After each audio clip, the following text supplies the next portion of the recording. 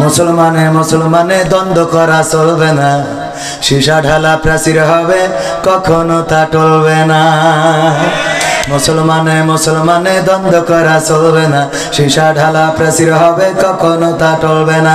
মুসলমানে মুসলমানে দ্বন্দ্ব করা চলবে না, সীসা ঢালা প্রাচীর হবে কখনো তা টলবে না।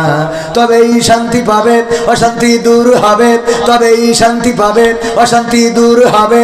কেউ আর মুসলমানের বাজে কথা বলবে না, মুসলমানে মুসলমানে দ্বন্দ্ব করা চলবে না, সীসা ঢালা প্রাচীর হবে কখনো তা টলবে না। কে আওয়ামী, কে বিএনপি, কে জামাত ইসলাম, এটা আমাদের নয় পরিচয়, মুসলিম মোর নাম। কে আওয়ামী, কে বিএনপি, কে জামাত ইসলাম, এটা আমাদের নয় পরিচয়, মুসলিম মোর নাম। এ কথা মানলে পরে শান্তি আসবে ঘরে, এ কথা মানলে পরে শান্তি আসবে ঘরে। কেউ আর মুসলমানের বাজে কথা বলবে না, মুসলমানে মুসলমানে দ্বন্দ্ব করা চলবে না, সীসা ঢালা প্রাচীর হবে কখনো তা টলবে না। মুসলমানে মুসলমানে দ্বন্দ্ব করা চলবে না, সীসা ঢালা প্রাচীর হবে কখনো তা টলবে না। এ কওমিয়া কে আলিয়া এটা তো কথা নয়, দিনের পথে চলতে হবে এই তো পরিচয়, ঠিক না বেঠিক? কে কওমিয়া কে আলিয়া এই ভেদাভেদ কি করা যাবে? এই ভেদাভেদ গুলো করা যাবে না। গান তো দুই তিনটা অন্তত শোনাতে হবে না?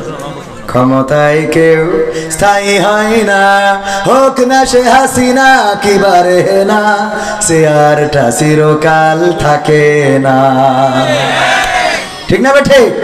ক্ষমতায় কেউ স্থায়ী হয় না, হোক না সে হাসিনা কি বারে না, চেয়ারটা চিরকাল থাকে না। ক্ষমতায় কেউ স্থায়ী হয় না, মুজিবুর বেশি দিন থাকেনি, জিয়াউর কেউ তো রাখেনি। মুজিবুর বেশি দিন থাকেনি, জিয়াউর কেউ তো রাখেনি। এরশাদ চলে গেছে পৃথিবী ছেড়ে, এরশাদ চলে গেছে পৃথিবী ছেড়ে, কেউ আজ তার কথা কয় না, ঠিক না বেঠে? ক্ষমতায় কেউ স্থায়ী হয় না, হাসিনা ক্ষমতা ধরে রাখতে আয়না ঘর বানিয়েছিল, জনগণের রোশানলে দাদার দেশে পালিয়ে গেল। হাসিনা ক্ষমতা ধরে রাখতে আয়না ঘর বানিয়েছিল, জনগণের রোশানলে দাদার দেশে পালিয়ে গেল।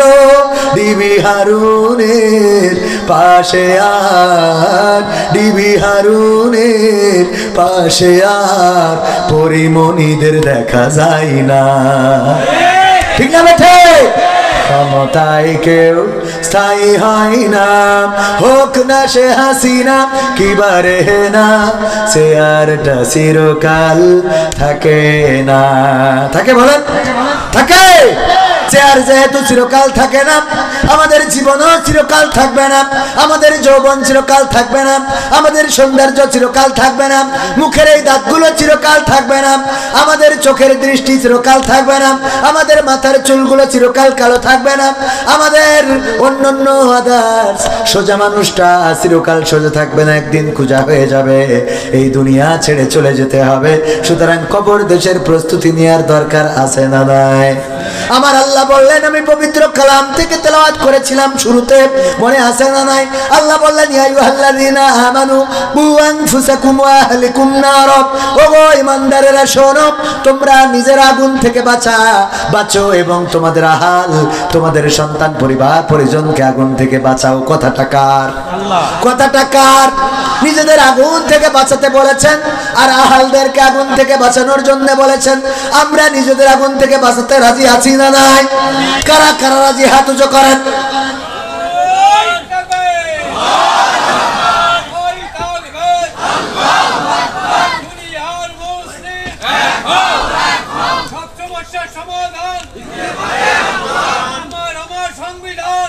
সম্মানিত ভাইয়েরা, যাই হোক, আমরা যদি জান্নাত চাই, আমরা যদি নিজেরা জাহান্নাম থেকে বাঁচতে চাই, সন্তানদেরকে বাঁচাতে চাই, তাহলে কিছু ভালো কাজের দরকার আছে না? নেই?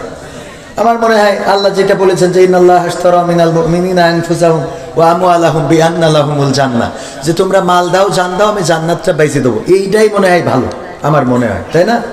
এ ব্যাপারে আল্লাহ বলেছেন ইয়া আইয়ুহাল্লাযীনা আমানু হাল আদুল্লুকুম আলা তিজারাতিন তুনজিকুম মিন আযাবিন আলীম, ওগো ঈমানদারেরা আমি তোমাদের একটা ব্যবসা ধরাই দিই, এই ব্যবসা করলে তোমরা কঠিন জাহান্নামের আযাব থেকে বেঁচে যাবে। আল্লাহ বলছে যে নিজেরা আগুন থেকে বাঁচো, সন্তানদেরকে বাঁচাও।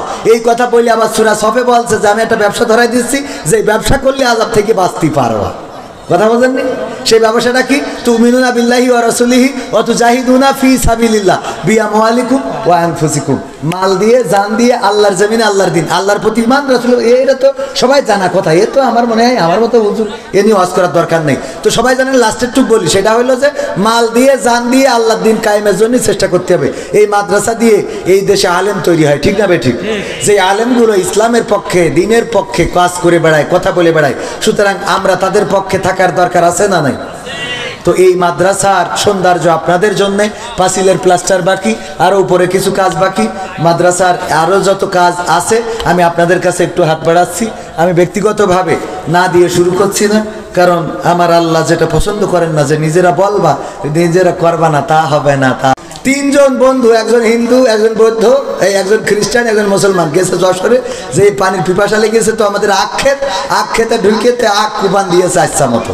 দেওয়ার পরে আখ ক্ষেতের মালিক এসে দেখে, ওরে বাবা, তিনজনে 321 খান আখ নষ্ট করিস।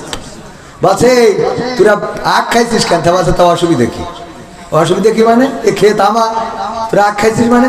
তা বলছে তোমার তো অসুবিধা, এই দুপুরে টানা রোদের মধ্যে রাগ ধরাবা না, আমরা কিন্তু 3 জন আছি বলে বাড়ি টানা করতেই বাড়ি যাবো না। আমাদের বাড়ি খুলনা, 3 জন বন্ধু আমরা। তো ক্ষেত মালিক বুঝতে পেরেছে এরা 3 জন ভালো একটা ঐক্য আছে, যদি 3 জনে এখনই দুপুরবেলা আমার ধরে তা মোটামুটি একেবারে পাতালে নাই হাসপাতালে পাঠাবে। তো এই জন্যই আস্তে করে বলতেছে, ভাই ঠিক আছে তোমরা আখ খাইছাও, অসুবিধা নেই, তোমার নাম কি? তা বলছে আমার নাম হরিপদ। বাজা বলতে পারিস তুমি হিন্দু?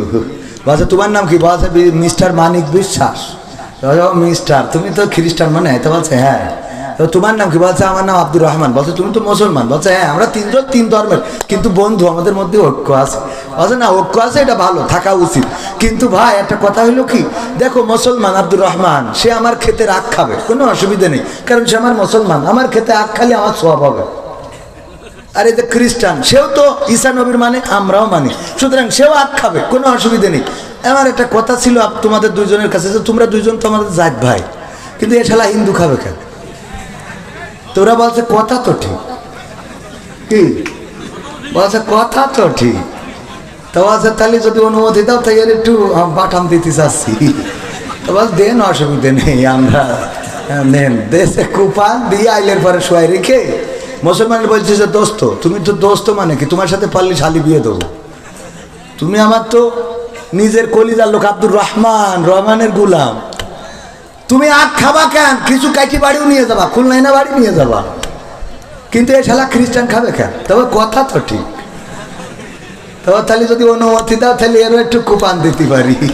আচ্ছা দেন কুপান, ওরও দিয়ে আইলের ঘরে শোয়াই রেখেছে 2।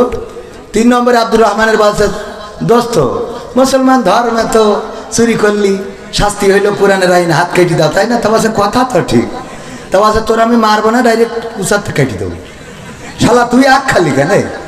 তুই মুসলমান এই অনুমতি নিয়েছিস? ও তখন বুঝতে পারিস তাহলে এতক্ষণ ধরি কথা তো ঠিক বলেই তো পড়েছি বিপদে। এইটারও বাটাম টাইনে 3 জনে যখন আইলের পরে শোয়াই রেখে 3 জন বলছে, প্রথমে যদি আমরা খুলনা ফুলতলা এই পরিচয়ে হিন্দু বৌদ্ধ খ্রিস্টান মুসলমান এক থাকতাম, তাহলে আজকে এই আইলের পরে আমাকে টানটানি করে থুতি পারত, কথা কয় না।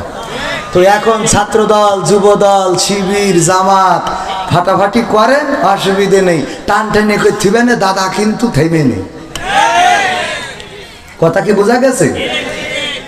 দাদা থেমে নেই, দাদা ষড়যন্ত্র আজও আছে না নাই? ওগো আমার ভাইরা, এই জন্য ঐক্যবদ্ধতার দরকার।